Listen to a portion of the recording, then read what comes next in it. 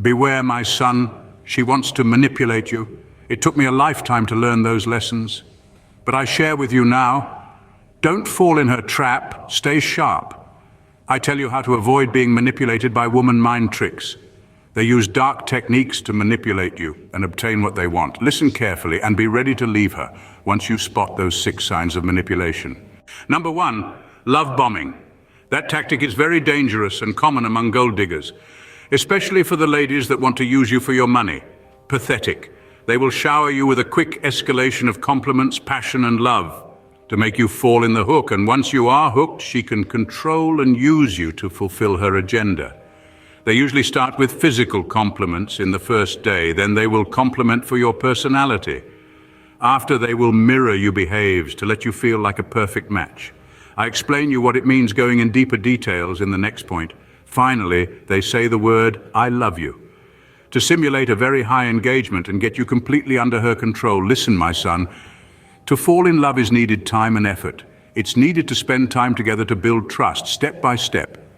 If all of that love escalate very quickly, and for you sounds like effortless, quit, because she is just love bombing you. Number 2, mirroring. Beware, my son. When a woman wants to manipulate you, she will mirror you, imitating and matching your behaves and passions to get quicker what she wants. It's very difficult to find someone that have all your same passions and interests. It may happen to get affinity, especially if you find your partner in the same field of you. But remember, we are all different. No one is a copy of you. If she acts exactly like you, she tries to let you see her as a perfect match. Listen, she will fake to love the same things that you do, including the more boring things for a woman, like watch a football match in the TV, for example. If it seems too much pleased about everything and she don't complain, surely she is faking it. Number 3, ghosting and withdrawal. Beware, my son. After successfully mirroring your interests and passions, she might resort to another manipulative tactic, ghosting and withdrawal. With the illusion of a perfect partner firmly established, she'll start to withdraw, leaving you puzzled and anxious. She'll become less responsive to texts and calls, and her once constant availability will dwindle. This tactic serves to keep you on your toes, to create a sense of scarcity and uncertainty. It's a test to see how much you need her, how much you're willing to chase. Listen closely, my son. If she ghosts you, she's trying to keep you in a state of perpetual unease. You might be left wondering what you did wrong, when in reality you did nothing. These fear-inducing tactics are designed to make her constantly occupy your thoughts and to make you panic at the prospect of losing her.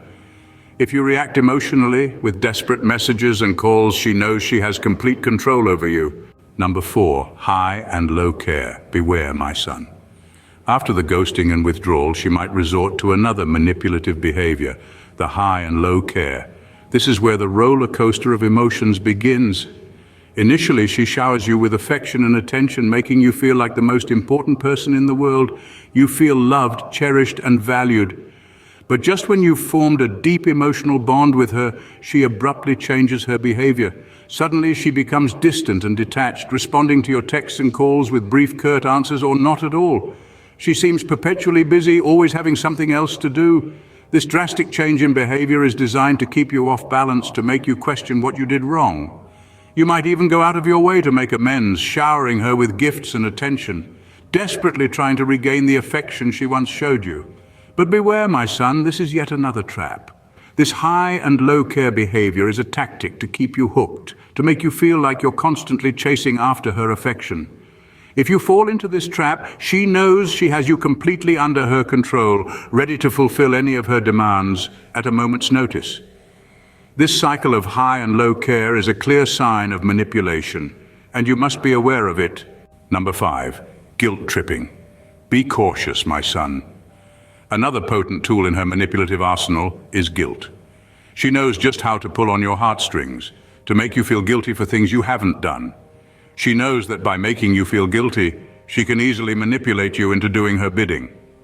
For instance, if she wants you to take her shopping, she'll put on a sad face, acting unhappy and disappointed if you don't comply with her request. She'll make you feel like you're in the wrong for not fulfilling her wishes, for not making her happy. She'll make you feel guilty, like you've let her down.